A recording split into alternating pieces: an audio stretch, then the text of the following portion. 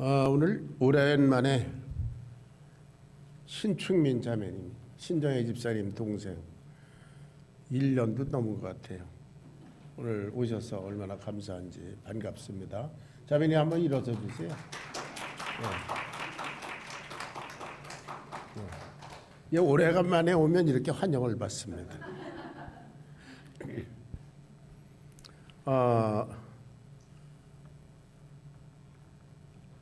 제가 잘 안 보여서 예, 감사합니다.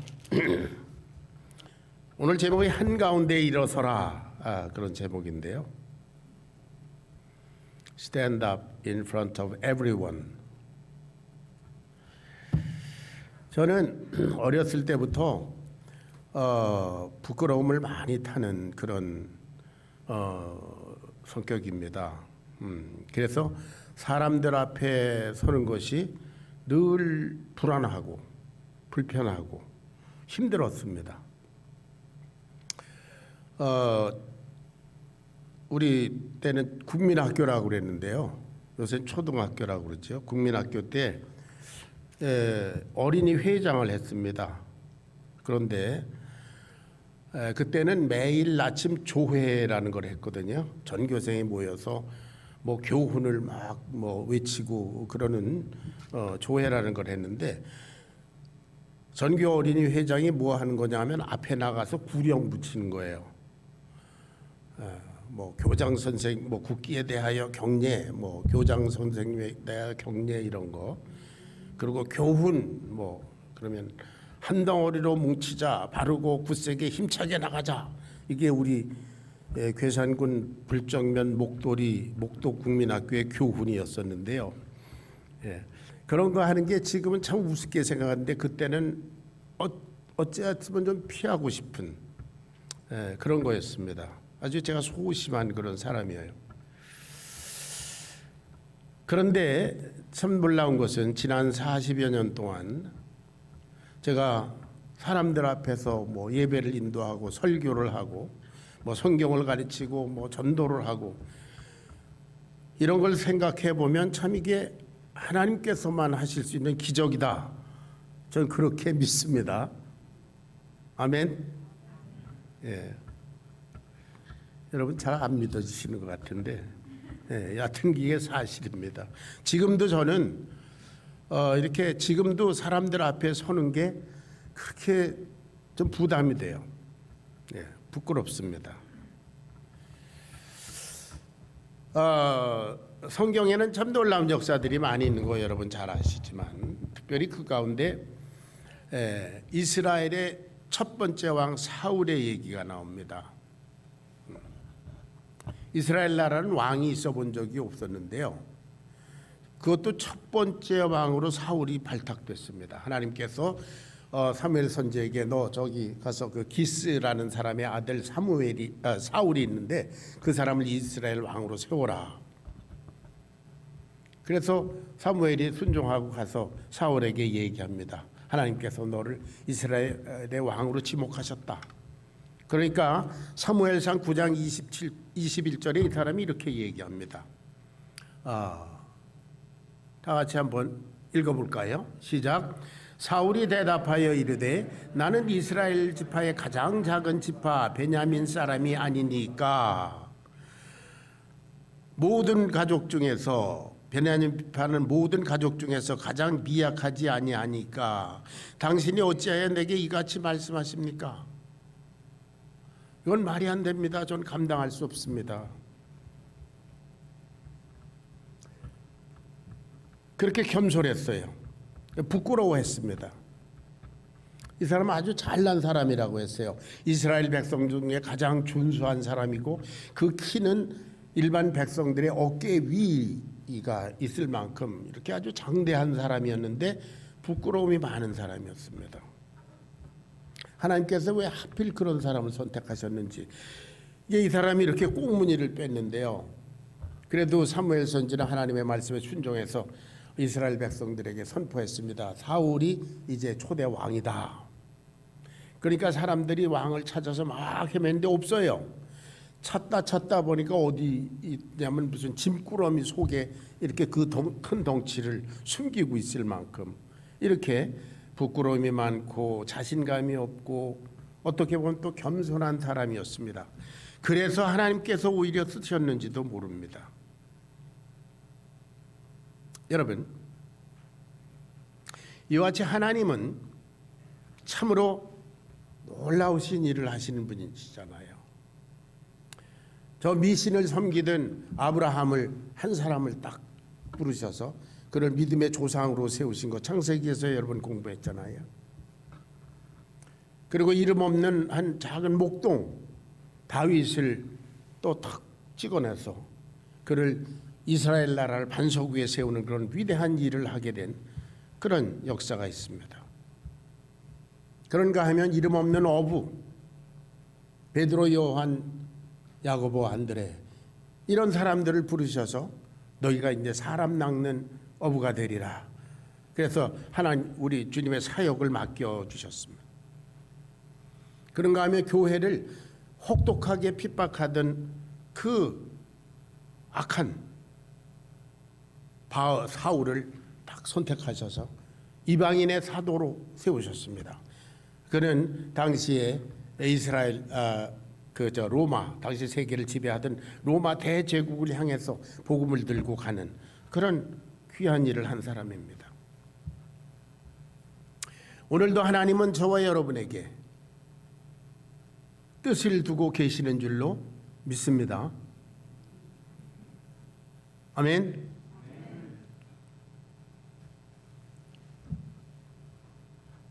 여러 번 제가 말씀드린 대로 우리 하나님을 믿는 신앙의 특징, 우상 종교와 전혀 다른 면이 바로 이것입니다.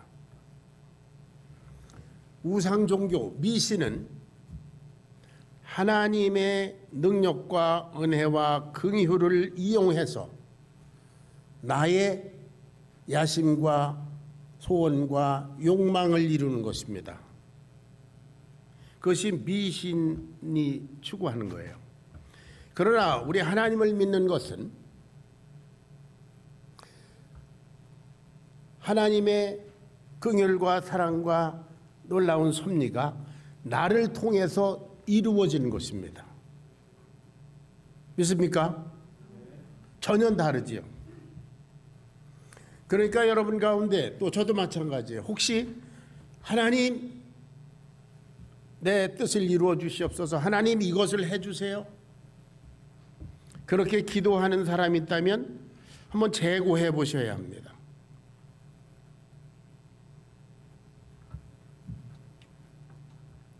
에베소서 2장 10절에서 하나님께서 그 바울 사도를 통해서 주신 말씀이 우리는 그의 만드신 바라 그리스도 예수 안에서 선한 일을 위하여 지으심을 받은 자니 이 일은 하나님이 전에 아주 오래전에 창세 이전에 예비하셔서 지금 현재적으로 우리로 그 가운데서 행하게 하려 하심이니라. 할렐루야. 이것이 그리스도 신앙의 핵심입니다. 자, 예수님께서 어느 날 안식일에 회당에 가셨습니다. 오늘날 예배당에 가신 것과 비슷한 얘기죠. 한국이나 미국이나 뭐 할 것 없이 예배에 참석해 보면 여러 종류의 사람들이 모여 있습니다. 진지하게 예배를 드리고자 하는 그런 자세를 가진 사람이 있는가 하면 무관심한 듯 딴전을 피우면서 뭐 셀폰을 이렇게 만지는 사람도 많습니다. 또 허공을 바라보면서 뭔가 예배와는 상관없이 뭔가 골똘히 생각하는 사람도 있고요.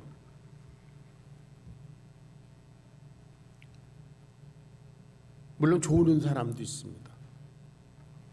병든 몸을 이끌고 나오는 사람도 있고, 또 예배드리는데 괜히 왔다 갔다 하는 사람도 있어요. 여러 사람들이 있습니다. 이 땅에서 3년 동안 예수님께서 사역을 하실 때 여러 종류의 사람들이 많이 예수님을 따라다녔습니다. 예수님의 제자들을 비롯해서 각종 병자들, 귀신 들린 자들, 죄인들, 세금쟁이들, 가난한 자들, 말씀 들으러 오는 자들, 기적을 경험하기 위해서 오는 자들 뭐 등등 많은 사람들입니다. 예수님께서 천국 복음을 전하실 때 많은 사람들이 그 복음을 듣고 회개하고 구원받는 역사가 일어나고 병을 고침을 받고 귀신을 쫓아냄을 받는 그런 역사들이 있었습니다.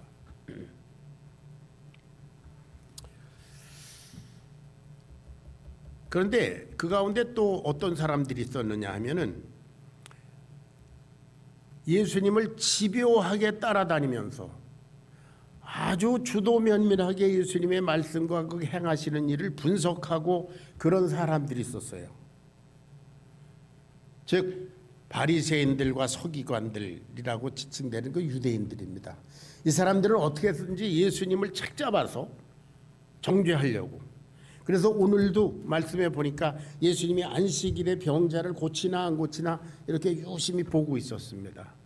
이 사람들은 예수님의 사역 초기부터 시작해서 돌아가신 이후 부활하셨을 때까지도 이 사람들은 계속 예수님을 따라다닌 사람들입니다.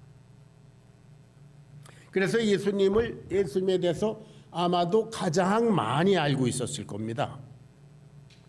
왜? 다른 사람들은 병 고침 받으면 대부분 떠나버리고요. 또 뭐 말씀 듣고 뭐 떠나버리고 이랬는데 이 사람들은 끈질기게 따라붙었었기 때문에, 그리고 그냥 이렇게 따라다닌 게 아니고 예수님의 말씀을 분석하지 않습니까? 그리고 그 행하시는 기적들이 이건 귀신의 힘을 빌은 거야 뭐 어쩌고 저쩌고 이렇게 아주 세심하게 관찰을 했기 때문에 당시에 제가 생각하기는 예수님에 대해서 about Jesus, 예수님에 대해서 가장 자세하게 많이 알고 있었던 사람들이 바리새인들과 서기관들일 거라고 생각해요. 동의하십니까? 그런데 그들은 믿지 않았습니다. 예수님에 대해서 많이 아는 것, 그것이 믿음을 주지 않습니다.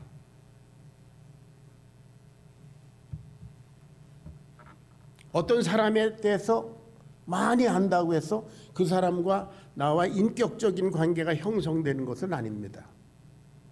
내가 마음을 열고 그 사람이 마음을 열고 마음과 마음이 이렇게 통했을 때 비로소 인격적인 관계가 형성되어서 친한 친구가 되고 그리고 결혼도 하게 되고 뭐 이렇게 성도도 되고 같이 교회를 이루고 이런 것이지, 우리가 서로에 대해서 많은 것을 안다고 해서 그것이 곧 관계성으로 발전하지는 않는다는 거예요. 이 사람들이 마음을 열지 않았기 때문에 예수님에 대해서 많이 알고 있으면서도 믿음을 갖지 못했습니다. 자, 예수님께서 오늘 어느 안식일에 회당에 오셨습니다. 그런데 거기에 오른편 손 마른 사람이 있었습니다. 회당에 그때도 뭐 여러 사람들이 있었겠지만 예수님은 그 오른편 손 마른 사람, 그 사람에게 관심이 있었던 것 같아요. 이 사람은 어떤 이유에서든지 한쪽 손이 마비돼서, 오른손이 마비돼서 이렇게 그 자기의 약점을 감추고 아마 여기 회당에 나온 것 같아요. 회당에 가면 하나님께서 어떤 은혜를 베푸시지 않을까, 뭐 이런 소망을 가지고 왔는지도 모르겠어요. 그때 당시에는 많은 일이 대개 육체 노동이었을 거 아니에요. 요새는 뭐 직업이 다양하지만 그때는 대부분이 육체 노동이었을 겁니다. 그런데 한편 오른손편이 말라서 마비된 사람이라는 것은 이게 완전히 손해 보는 사람, 제대로 사회생활을 할 수 없는 사람, 그런 사람 아니겠어요? 그러니까 이 사람은 어떤 계획이나 소망이나 이런 게 끊어진 사람이라고 볼 수 있습니다. 무능력자입니다. 인생의 소망을 포기한 사람일지도 모릅니다. 그런데 대개 이 사람은, 이런 사람들은 어떤가, 자신의 약점이 드러나는 것이 두렵습니다. 그래서 아마 이 사람은 한쪽 구석이나 아니면 사람들 뒤편에 이렇게 자기를 숨기고 있었을지도 모릅니다. 이 사람은 그런 어떤 간절한 소망을 가지고 온 것 같고요. 바리새인들과 서기관들은 거기에 어떻게 하면 예수님을 잡아 죽일까 하는 그런 악한 계획을 가지고 와 있습니다. 그런데 예수님은 다 아시죠. 한편 손 마른 사람의 문제 그것도 아시고 바리새인들의 마음의 생각까지도 다 아셨습니다. 본문에 보니까 그들의 생각을 아시고 여기 저와 여러분 가운데 계신 성령님께서 저와 여러분의 마음의 생각까지도 알고 계시는 줄로 믿습니다. 그러니까 우리는 하나님 앞에 설 때 언제나 정직해야 합니다. 이미 아시는 분이기 때문에.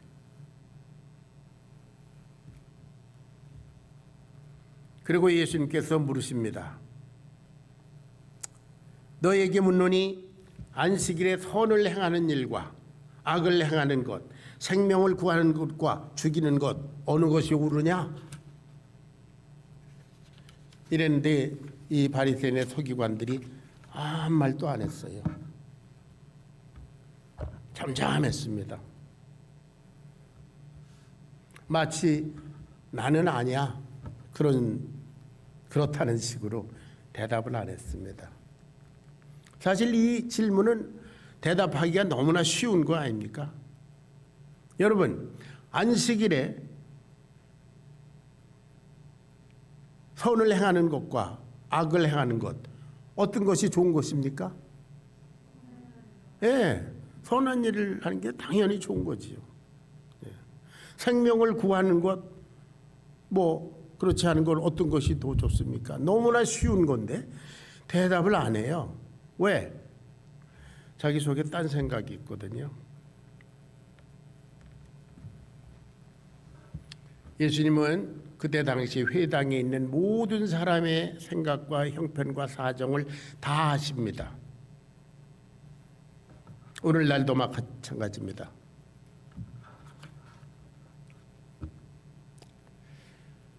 예수님은 이들이 예수님을 정죄할 빌미를 찾기 위해서 노려보는 줄 아시고도 한편 손 오른손 마른 사람한테 말씀하셨어요.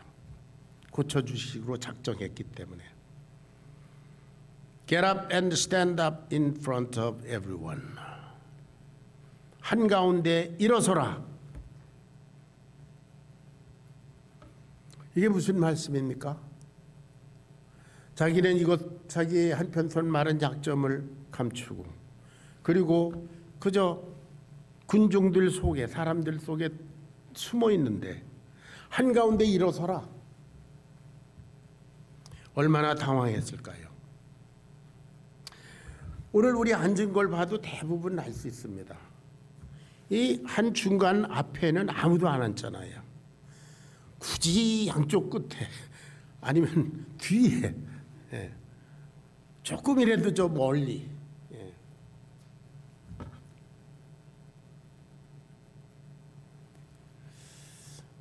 제가 몇 년 전에도 말씀드린 적이 있는데 신앙생활에 있어서 제가 도전적으로 막무가내로 도전적으로 나가게 된 계기가 언제였는가 하면 어느 날인가 제가 로스앤젤레스 한인 침례교회 그 서리 집사였었는데요.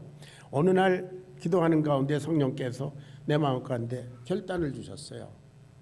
너 제일 앞줄에 가서 앉지 왜 그러냐? 그런 생각을 주셨어요. 그래서 그날로부터 제일 앞줄에 와서 앉았어요. 제일 한가운데.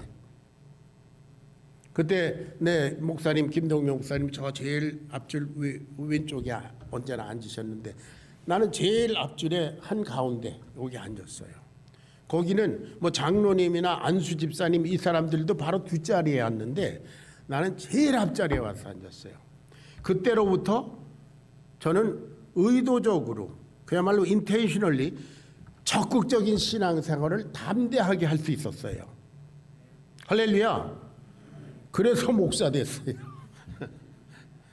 자, 목사 되고 싶은 분들은 앞으로 앞자리에 와서 앉으세요. 여하튼 그건 뭐 여담이고요. 한가운데 일어서라. 너 숨어 있지 말고 드러내라.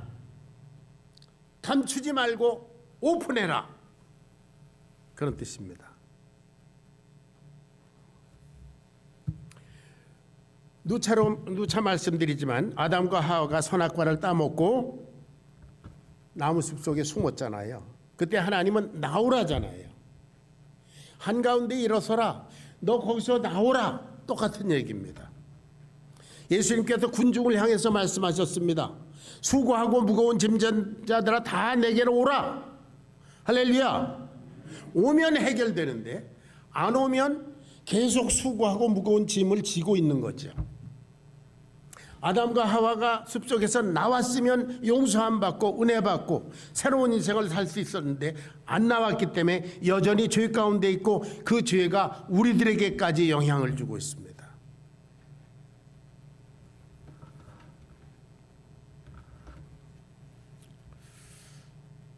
이 시대에 많은 사람들이 큰 교회를 선호합니다.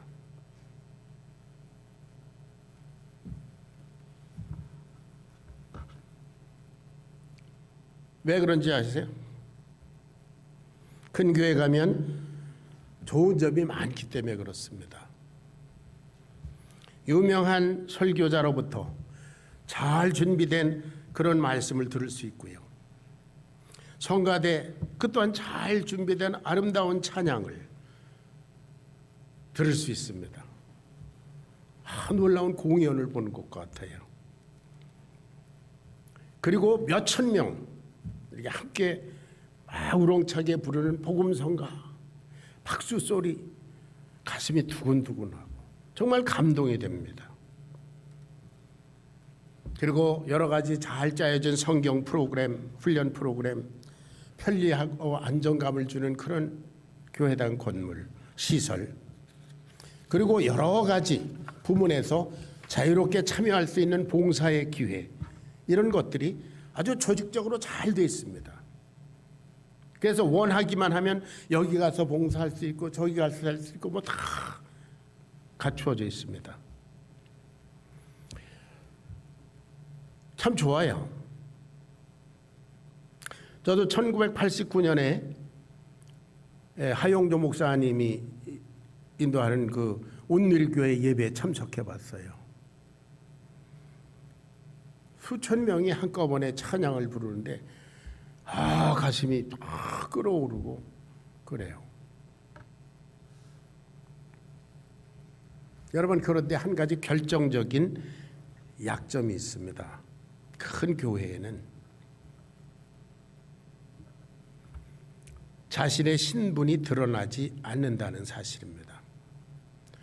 특별히 몇 사람 이외에는 신분이 전혀 드러나지 않습니다. 그러므로 책임감 있는 신앙생활을 할 수가 없습니다. 내가 가든 교회를 가든 안 가든, 내가 열심히 하든 안 하든 아무도 모릅니다.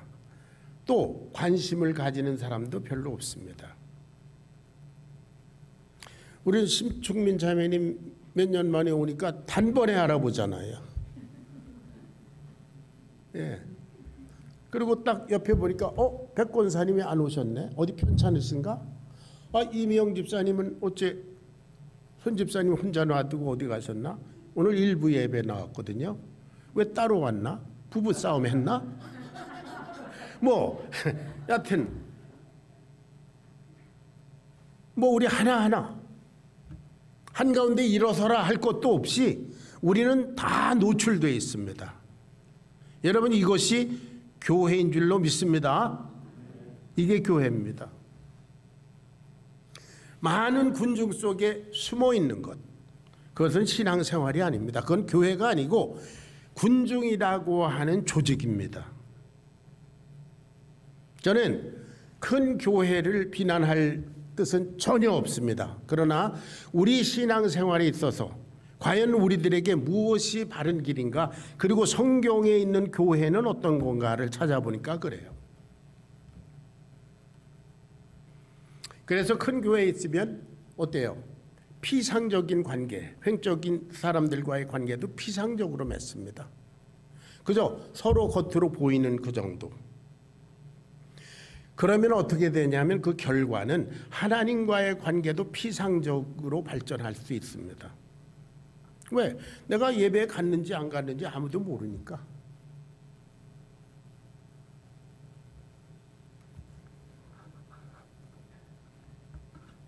큰 교회, 큰 무리 가운데서는 나도, 너도, 그도 없습니다. 그저 군중이 있을 뿐입니다. 예수님의 사역을 보면은 대형화, 많은 군중, 예수님이 그것을 동원하시지 않았습니다. 이미 스스로 동원된 무리 가운데서도 예수님은 떠나버리셨어요. 요한복음 8장을 보시면 거기에 간음 중에 잡힌 여자가 예수님 성전에 계실 때 사람들에게 끌려서 나타납니다. 그리고 사람들이 예수님께 막 얘기합니다. 율법에 의하면 이런 여자는 돌로 쳐 죽이게 되어 있는데 선생님 어떻습니까?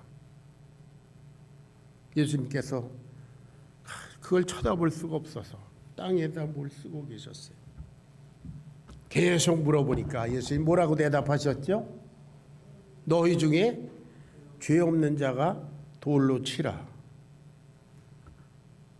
그랬더니 이 돌을 들고 설치던 사람들이 어른으로부터 비롯해서 젊은이까지 하나둘씩 다 가버렸어요. 누구만 남았어요? 간음 중에 잡힌 여자 한 사람만 딱 남았습니다.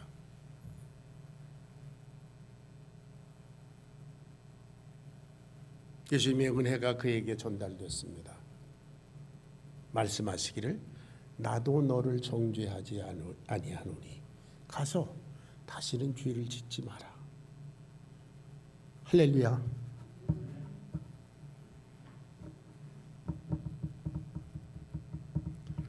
어떤 신학자가 그 장면에 세 가지 죄인이 있다 이렇게 얘기했다고 제가 전에도 한번 예를 든 적이 있습니다.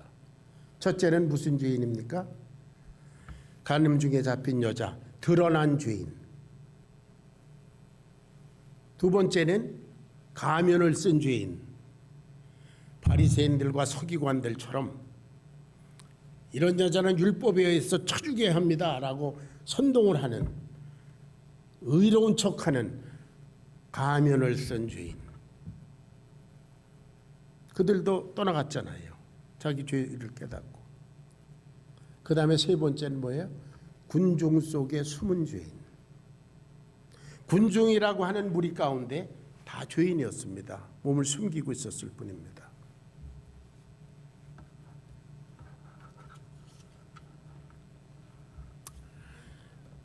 여러분, 교회가 대형화될 때, 크게 되면 필연적으로 부패한다고 하는 사실은 저는 현대교회를 얘기하는 것이 아닙니다. 교회사가 보여주는, Church History가 보여주는 것이 뭐예요?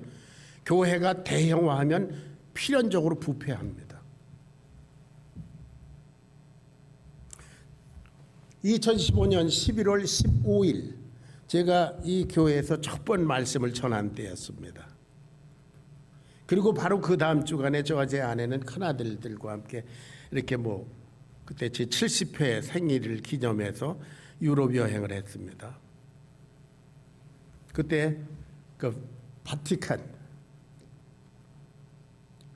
가서 베드로 성당을 봤어요. 굉장히 웅장하고 사람들은 아름답다고 하고 그리고 awesomeness, 경외심을 느낀다고 하고 거기서 기도하는 사람도 있고 그런데 저는 생각에 옛날에 이 엄청난 걸 짓기 위해서 돈이 얼마나 들었을까? 그리고 이 엄청난 건물을 짓기 위해서 얼마나 많은 노예들이 죽었을까? 그런 생각이 문득 들었어요. 그런데 지금은 예배도 안 드리는, 예배당도 아니에요. 관광지입니다.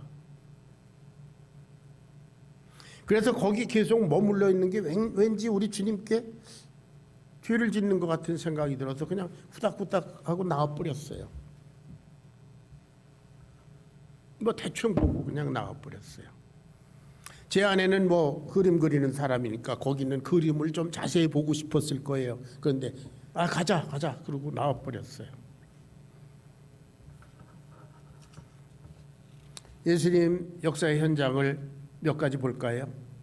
오병이어 보리빵 5개 물 생선 2마리로 2만 명쯤 되는 군중이 모여 있을 그때,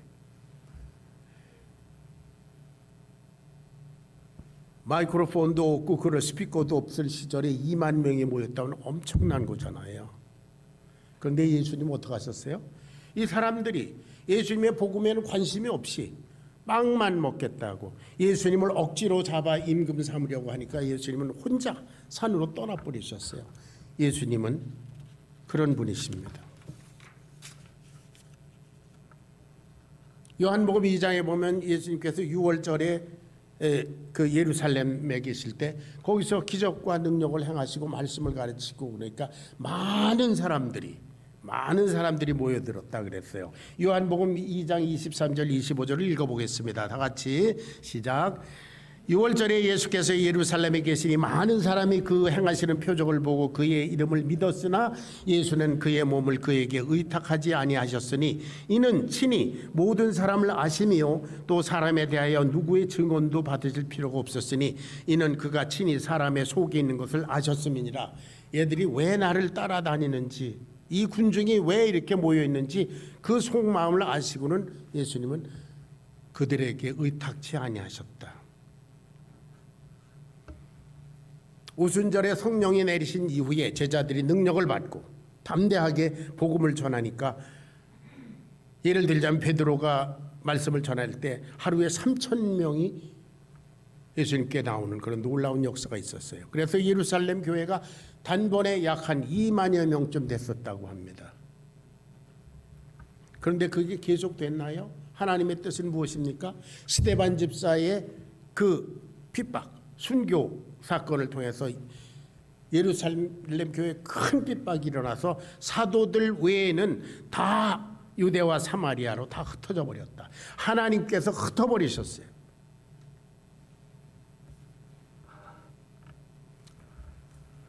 여러분, 예수님의 마음은 군중에 있지 않습니다.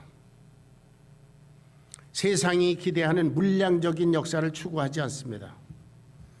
주님의 미니스트리는, 우리 주님은 한 영혼 한 영혼에 관심이 있으신 줄로 믿습니다.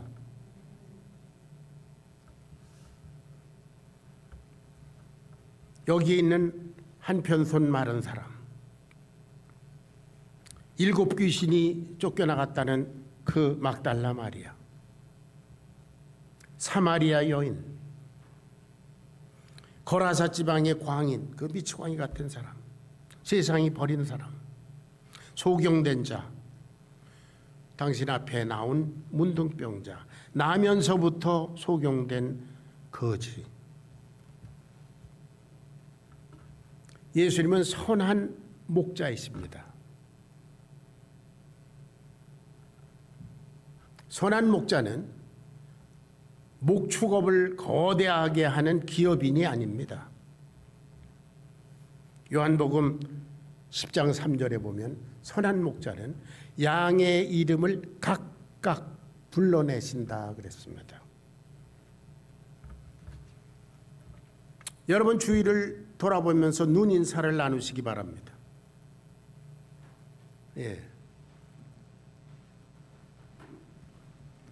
누가 오늘 예배에 안 나왔는지 금방 알 수 있지 않습니까? 그런가 하면 여러분들이 집에서 오늘 교회 갈까 말까 이렇게 하다가도 글쎄 내가 안 가면 내가 앉던 그 빈자리가 있겠지. 그걸 또 염려하지 않습니까?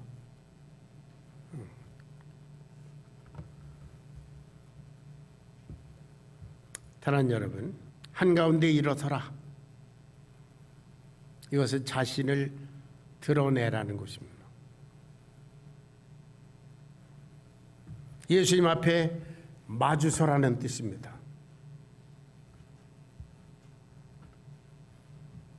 그래서 이 사람이 한가운데 일어섰습니다. 얼마나 힘들었을까요? 숨어 있었는데 한가운데 일어서라.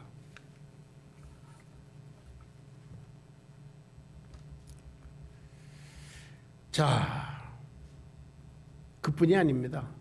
한가운데 일어섰더니 겨우 일어섰을 텐데 그 다음에 예수님 뭐라고 그러셨어요? 내 손을 내밀어라. 아마 유대인들은 이렇게 긴 무슨 옷을 입고 있었으니까 그 속에 이게 감추고 있었을 텐데요. 자기밖에 모르는 줄 알았는데 예수님께서 너 그 손 내밀어라. 너희 그 약점, 너희 그 운명적인 문제, 그야말로 내 인생을 정말 망치는 그런 비참한 요소, 죄, 그거 내놔라.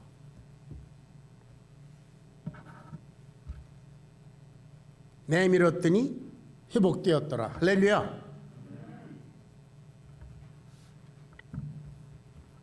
여러분, 우리들의 문제를 우리가 가지고 있으면 점점 더 악화됩니다. 우리의 육신의 질병도 마찬가지입니다. 우리가 육신의 질병을 가지고 있으면 뭐 병원에 가서 의사들에게 보이지 않습니까? 그럼 의사가 어떻게 해요? 옷 벗으세요. 옷을 뭐 사정없이 벗기고 뭐 엑스레이를 들여다보고, 응? 완전히 우리를 뭐 여차하면 오픈해서 수술하고 이렇게 해결되지 않습니까? 우리의 영혼의 문제도 마찬가지입니다. 우리의 약점과 허물과 죄와 시행착오와 우리의 잘못된 모든 과거들과 나의 고민과 슬픔과 이 문제들을 가지고 있으면 그대로 그것은 점점 더 골마 터집니다. 악화됩니다. 예수님께서는 내 손을 내밀라. 나한테 가져오라.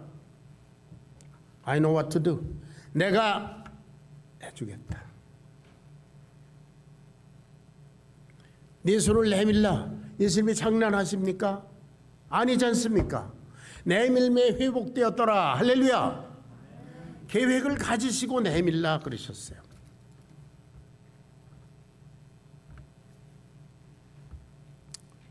사랑하는 여러분, 우리의 문제들은 무엇입니까?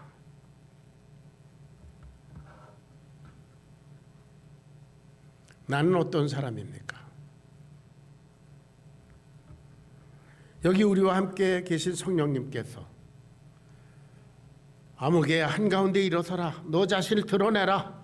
그리고 네 문제가 있느냐 내놔라. 오늘 말씀을 통해서 그와 같이 말씀하십니다. 그가 그 손을 내밀었을 때 그의 인생에 새로운 챕터가 열렸습니다.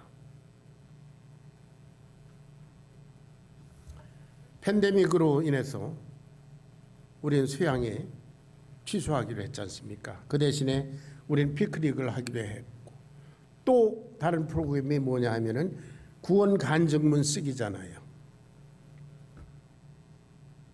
구원 간증문. 예수님을 믿기 전에 내가 어떻게 살았는가? 어떻게 해서 예수님을 믿게 되었는가? 예수님을 믿은 이후의 삶은 어떻게 변화되었는가? 그것을 적나라하게 글로 써서 우리가 나누자 그랬습니다. 전 교인이 다 쓰셔야 합니다. 그런데 거기 예외가 있습니다. 아직 구원받지 못한 분은 쓸 필요가 없어요. 이건 구원 간증문이니까.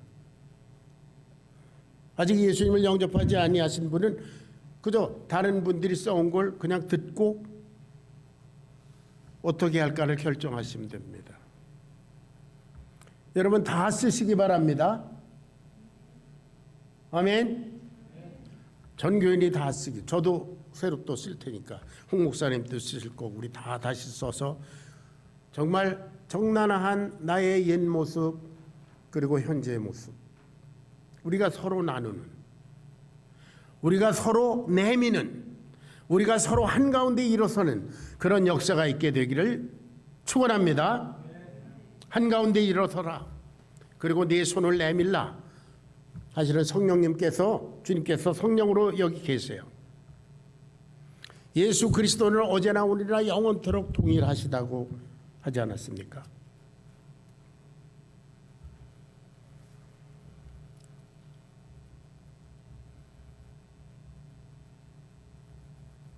우리가 세상 사람들 앞에 한가운데 일어설 필요는 없을 수도 있습니다. 그러나 주님께서 역사하시는 그 현장에서는 한가운데 일어서라 그러면 일어서야 하고요. 네 손을 내밀라 그러면 싫지만 내밀어야 합니다. 그래야 새 역사가 시작되는 줄로 믿습니다.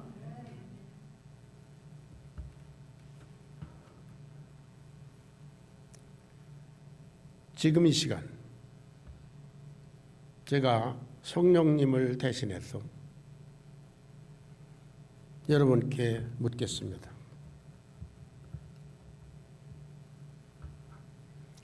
여러분 가운데 나는 누가 뭐래도 예수님을 내 주님으로 영접해서 하나님의 아들이 되었습니다. 나는 예수님을 영접해서 하나님의 딸이 되었습니다. 다른 말로 하면 나는 천국 시민이 되었습니다. 나는 지금 죽어도 천국에 갈 확신이 있습니다. 다 똑같은 말이지요. 나는 거듭났습니다. 다 똑같은 말입니다. 여러분 가운데 나는 하나님의 아들, 하나님의 딸 되었습니다. 나는 천국 시민입니다. 그런 확신을 가지신 분은 한가운데 그 자리에서 일어서 주시기 바랍니다. 나는 하나님의 아들, 하나님의 딸입니다. 일어서 주세요. 할렐루야. 기도하겠습니다. 사랑하신 아버지 하나님, 그리스도 예수 우리 주님의 그 놀라우신 은혜와 사랑과 십자가의 희생으로 말미암아 저희들은 하나님의 자녀들로 거듭났습니다.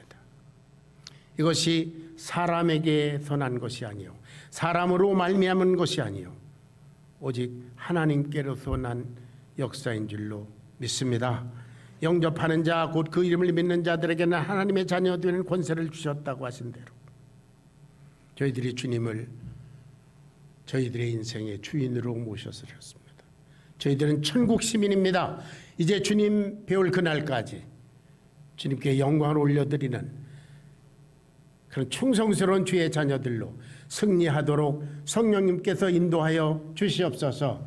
예수님의 거룩하신 이름 받들어 간절히 기도하옵나이다. 아멘.